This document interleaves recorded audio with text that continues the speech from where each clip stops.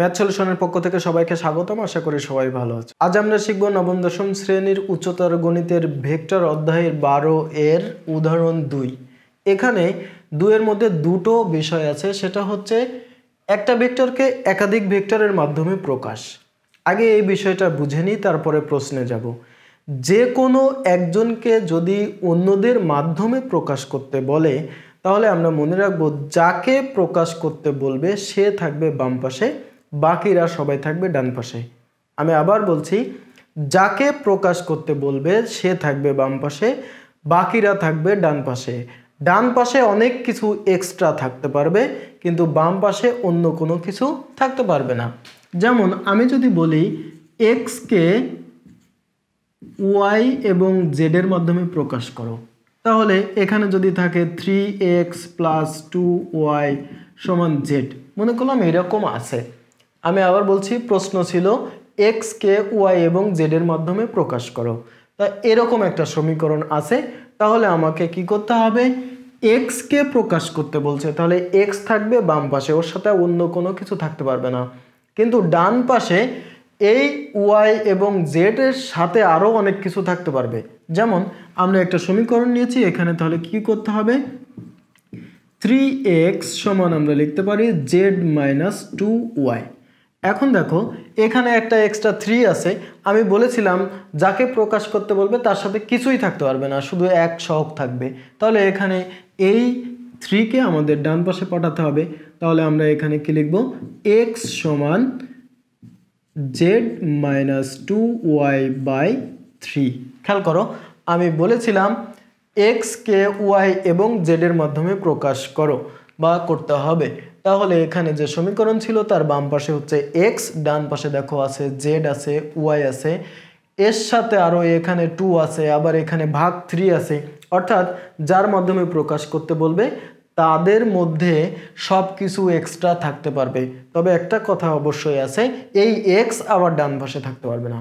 অর্থাৎ যাকে প্রকাশ করতে বলবে সে শুধুমাত্র একা থাকবে বাম পাশে, আর সবাই থাকবে ডান পাশে। এটা হচ্ছে এখানকার মূল থিম। তো এখানে আমাদের প্রশ্ন আছে কি, ABCD একটি সামান্তরিক যার কর্ণদ্বয় AC আর BD। ABCD যদি সামান্তরিক হয়, আমরা এখানে একটা সামান্তরিক এঁকে ফেলি। আমি একটা সামান্তরিক আঁকলাম, এখানে দিলাম A, এখানে দিলাম B, এখানে দিলাম C, এখানে দিলাম D। বলছে ABCD একটি সামান্তরিক যার কর্ণদ্বয় AC ও BD। আসলে যদি ABCD সামান্তরিক হয় তাহলে যদি আমরা কর্ণ যোগ করি তাহলে ওরকম AC আর BD হবে। এখানে কিন্তু কোনো অ্যারো সাইন দেওয়া নেই, খেয়াল করো। এখন দেখো আমাদের এখানে ABCD একটা সামান্তরিক হয়েছে, AB একটা বাহু, BC একটা বাহু, CD একটা বাহু, AD বা DA একটা বাহু। এখানে অনেকগুলো বাহু হয়েছে, কর্ণ হয়েছে। এই বিষয়গুলোর সাথে আমরা যদি এখন ক নম্বরের প্রশ্নটা একটু পড়ি, দেখো এখানে AC ভেক্টর আছে, তাহলে আমরা A থেকে C দিকে ভেক্টর দিয়ে দিব। ভেক্টর দেওয়ার কোনো রুলস নেই, যে কোনো দিকে দিয়ে এর প্রমাণ করা যায়। তবে আমাদের এখানে খেয়াল রাখতে হবে যেগুলো আছে সেইভাবে যদি আমরা দিই তাহলে আমাদের কোনো ঝামেলা বা গ্যাঞ্জাম লাগবে না। এরপরে এখানে দেখো BD আছে, তাহলে আমরা B থেকে D দিকে দিয়ে দিলাম। এরপরে আছে AB এর থেকে B দিকে আছে। এরপরে আছে দেখো এখানে AD, তার মানে এর থেকে D দিকে আছে। এরপরে যদি আমরা এখানে আসি, AB আছে, দেওয়া আছে AB, AD আছে, দেওয়া আছে, AC আছে, দিয়েছি, BD আছে, দিয়েছি। তার মানে আমাদের তীর চিহ্ন দেওয়া শেষ। এটা কি আমরা মুখস্থ দিয়েছি? না, এটা যে কোনো দিকে দিয়ে প্রমাণ করা যায়। তবে এখানে যেটা দেওয়া থাকবে সেই অনুযায়ী যদি আমরা দিই তাহলে আমাদের কোনো ঝামেলা থাকবে না। এখানে আরেকটু কথা বলি, বিপরীত বাহু সামান্তরিকের শর্তটা কি? বিপরীত বাহু সমান এবং সমান্তরাল, তার মানে এর দিক যেদিকে থাকবে এই বিপরীত বাহুর দিকও সেই দিকে থাকবে। তাহলে এ যেদিকে আছে এর বিপরীত বাহুও সেই দিকে আছে। এখানে কোনো রুলস দিয়ে আমরা অ্যারো সাইন দিই নাই, তবে আমরা যে রুলস শিখেছিলাম সেটা এটা এদিকে ছিল, এটা এদিকে ছিল, এটা তাহলে ওদিকে যায়। খেয়াল করে দেখো তাই গিয়েছে। এখন আমরা প্রশ্নটা পড়ি, শুধু চিহ্ন নিয়ে এতক্ষণে কথা বলতেছিলাম। এখন দেখো ক নম্বর বলছে এসি এবং বিডি ভেক্টর দ্বয়কে এবি ও এডি ভেক্টর দ্বয়ের মাধ্যমে প্রকাশ করো। প্রশ্নে এরকম চেয়েছে, এখানে কি আছে এসি, এসি একটা ভেক্টর, একে প্রকাশ করতে বলছে এবি আর এডির মাধ্যমে, এবি আর এডি এর মাধ্যমে। আবার বিডি আর একটা ভেক্টর, বিডি আর একটা ভেক্টর, এদেরকে প্রকাশ করতে হবে এই এবি আর এডি এর মাধ্যমে। খেয়াল করো, আমি এখানে যে কথাটা বলতেছিলাম এক্সকে ওয়াই জেড এর মাধ্যমে প্রকাশ, তাহলে এক্স বাম পাশে থাকবে, বাকিরা ডান পাশে থাকবে। এখানে এসিকে প্রকাশ করতে বলছে এবি আর এডির মাধ্যমে, তাহলে আমাদের কাজ কি, এসিকে এক পাশে রাখতে হবে, বাকিদেরকে অন্য পাশে। এখানেও তাই। তাহলে আমাদের এইখান থেকে এই কাজটা করতে হবে, সেটা কিভাবে করা যায় আমরা একটু দেখি। ক নম্বরে আমরা প্রথমত চিন্তা করব যে আমরা এতক্ষণে যা লিখেছি এগুলো কিন্তু প্রমাণের মধ্যে লেখার দরকার নেই, আমরা এখন যা লিখতে শুধু এটুকুই দরকার। কি আছে আমাদের এখানে, এসি আছে, এবি আছে, এডি আছে। এই ত্রিভুজের মধ্যে আমরা এই বাহুগুলো আগে খুঁজে বের করব।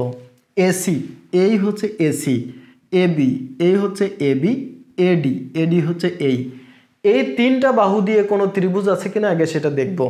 নিশ্চয়ই একটা বিষয় বুঝতে পারছো, এই একটা বাহু, এই একটা বাহু, এই একটা বাহু, এটা দিয়ে কোনো ত্রিভুজ নেই। তাহলে আমরা এখন দুটোই কনভার্ট করব, অর্থাৎ দুটো দিয়ে যাব।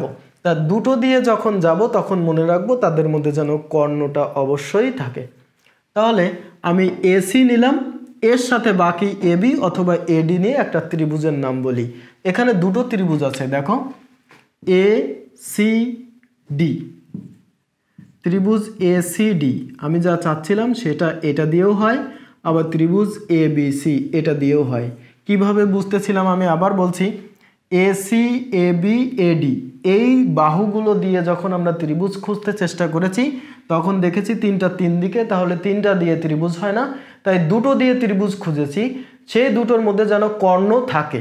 তো কর্ণ হচ্ছে এসি, এসি দিয়ে একটা ত্রিভুজ হয় এ বি সি, আর একটা ত্রিভুজ হয় এ সি ডি।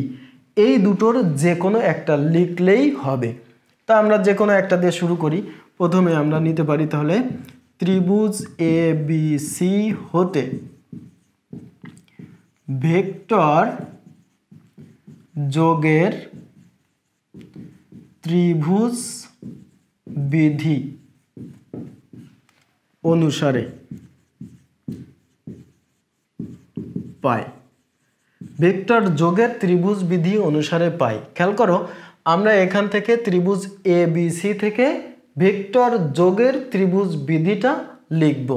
তা ভেক্টর যোগের ত্রিভুজ বিধি কি ছিল, একটা একদিকে থাকবে, বাকি দুটো অন্যদিকে থাকবে, যে বিপরীত ক্রমে থাকবে সেই দুটোর সমান হবে। খেয়াল করো, এখানে এ বি আর বিসি একই ক্রমে আছে আর এসি উল্টো দিকে আছে, তাহলে আমরা এখান থেকে লিখতে পারি এসি সমান এ বি প্লাস বিসি।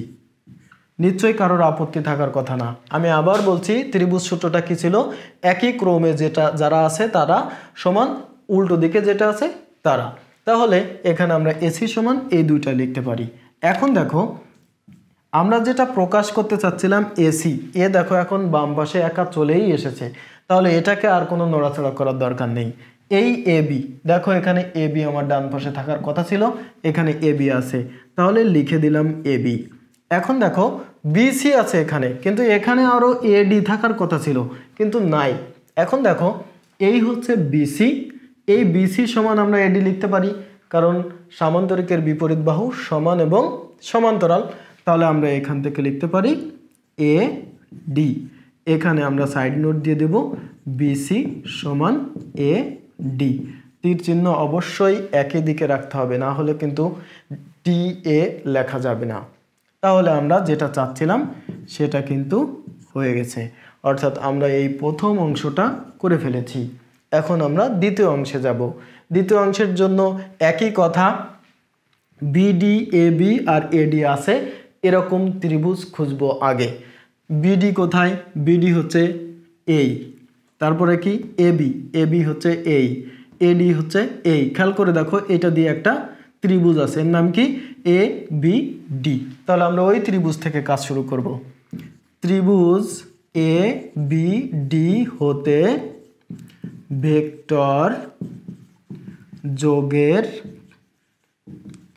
ত্রিভুজ বিধি অনুসারে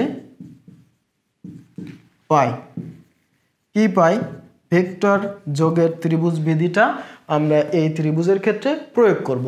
তো এখানে দেখো কি আছে, এবি এদিকে আছে, বিডি এদিকে আছে, আর এডি এদিকে আছে। তার মানে এই দুইটা একই ক্রমে আছে, এই যে এই যাচ্ছে এই যাচ্ছে, আর এটা উল্টো দিকে মুখোমুখি সংঘর্ষ হয়েছে। তার মানে এই দুটোর যোগফল সমান হচ্ছে এইটা। খেয়াল করো, আমরা ওখান থেকে লিখতে পারি এরকম, এ বি প্লাস বিডি সমান এডি। তোমাদের প্রশ্ন হতে পারে দুটো, একটা হচ্ছে আমরা এখানে সিঙ্গেলটা আগে লিখেছিলাম, ডাবলটা পরে লিখেছিলাম।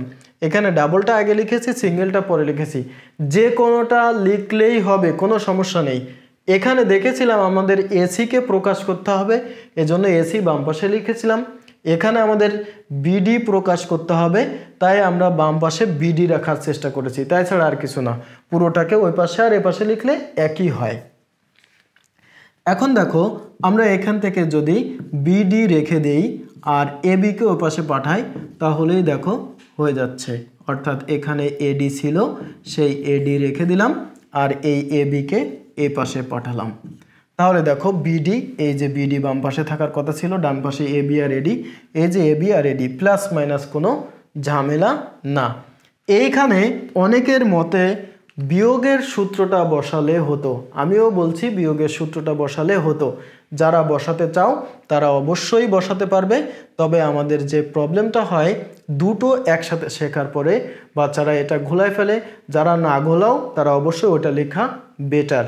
আর যদি এটা লিখতে চাও তাও লিখতে পারো, তবে এটা লিখলে মনে রাখা সহজ, ভুল হওয়ার সম্ভাবনা কম। এটা দেখো আমাদের প্রমাণ হয়ে গেছে, যেটা দেখাতে বলছিল সেটার মাধ্যমে প্রকাশ করতে এই একটা প্রকাশ করেছি আমরা, আর এই আর একটা প্রকাশ করেছি। তাহলে ক নম্বর আমাদের হয়ে গেল। এরপরে হচ্ছে খ নম্বর। খ নম্বরের জন্য আমাদের একই চিত্র।